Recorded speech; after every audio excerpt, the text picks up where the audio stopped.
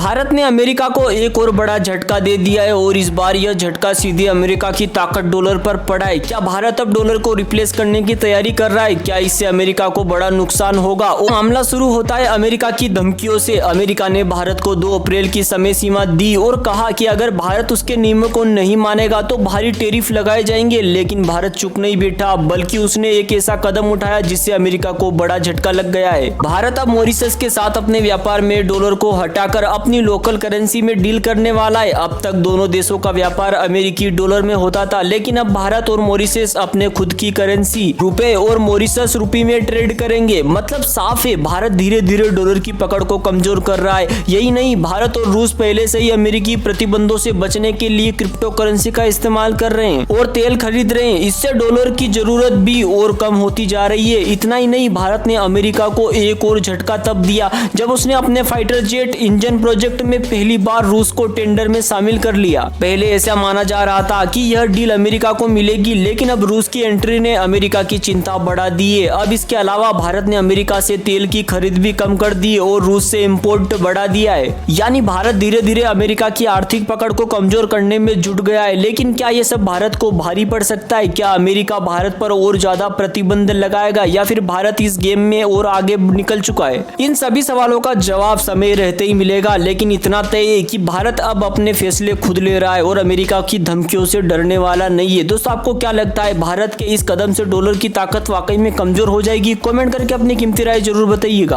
और दोस्तों, दूसरे अपडेट की बात करते हैं, जिसमें हम 3 जबरदस्त खुशखबरी देने वाले, जो न सिर्फ भारत की ताकत को दिखाती है बल्कि अमेरिका तक में हलचल मचा चुकी है। ये 3 बड़े झटके ऐसे है कि वाशिंगटन में बैठे ट्रम्प तक सोच में पड़ जाएंगे। पहला झटका तो ये है कि भारत का खजाना बढ़ चुका है। भारत ने फॉरेक्स रिजर्व यानी विदेशी मुद्रा भंडार में सिर्फ एक हफ्ते में 15 अरब डॉलर की बम्पर बढ़ोतरी की है।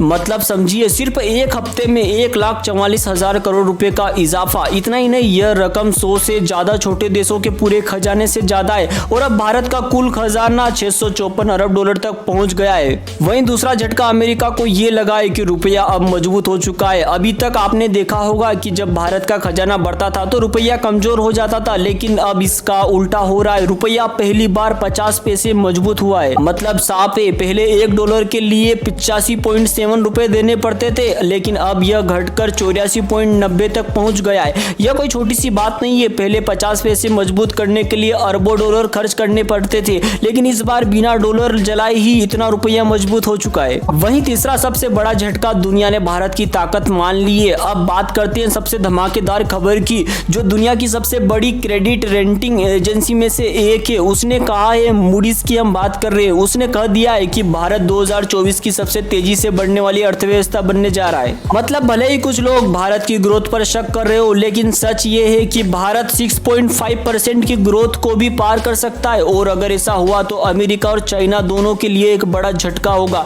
तो दोस्तों, भारत की धमाकेदार हैट्रिक लग चुकी है, खजाने में ऐतिहासिक बढ़ोतरी हुई है, रुपया मजबूत हुआ है और भारत को मिला है दुनिया का सबसे तेजी से बढ़ने वाला इकोनॉमी का दर्जा।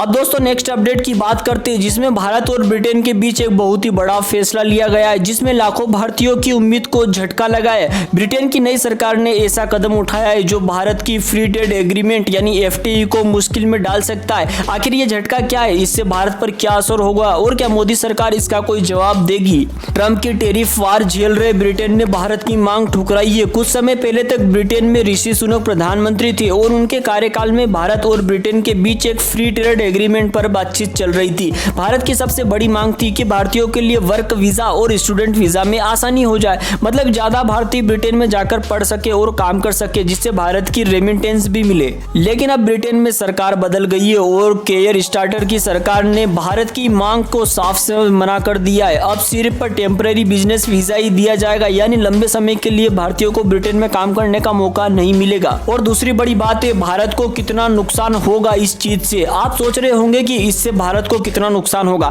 जैसा कि हमने आपको पिछले वीडियो में बताया था कि ब्रिटेन हमारे साथ फ्री ट्रेड एग्रीमेंट करना चाहता है, लेकिन इस न्यूज के बाद ही ये न्यूज आती है अचानक से, जैसा कि हमने आपको बताया कि ब्रिटेन ने फ्री ट्रेड एग्रीमेंट साइन करने से मना कर दिया है। तो सुनिए, भारत हर साल 129 बिलियन डॉलर का रेमिटेंस पाता है, यानी विदेशी मुद्रा पाता है ब्रिटेन से। यह हमारी GDP का 3% होता है और अगर भारतीय वीजा कम होते हैं तो ये पैसा भी कम आने लगता है। मोदी सरकार चाहती थी कि ब्रिटेन इस मांग को माने, लेकिन केयर स्टारमर की सरकार ने अपने देश के फायदे को पहले रखा। उन्होंने कहा कि ब्रिटेन भारतीयों को वीजा देने में कोई ढील नहीं देगा। लेकिन दोस्तों कुछ एक्सपर्ट का मानना है कि भारत ब्रिटेन पर दबाव बना सकता है, क्योंकि ब्रिटेन की भी मजबूरी है, उसे भारत के 1.4 अरब लोगों के बाजार की जरूरत है। तो देखते हैं इस पे क्या अपडेट आता है। दोस्तों एक दूसरी खबर के बारे में बात करते हैं। भारत की छवि दुनिया भर में कैसी बनी हुई है और क्या हम एक सांस्कृतिक धरोहर वाले देश के रूप में जाने जाते हैं या फिर एक ऐसे देश के रूप में जहां महिलाओं को इस सुरक्षा पर सवाल उठते हैं। पिछले वीडियो में हमने आपको एक इजरायली महिला के साथ बलात्कार के बारे में बताया था, जो कि एक वर्ल्ड हेरिटेज साइट के साथ भारत में हुआ था,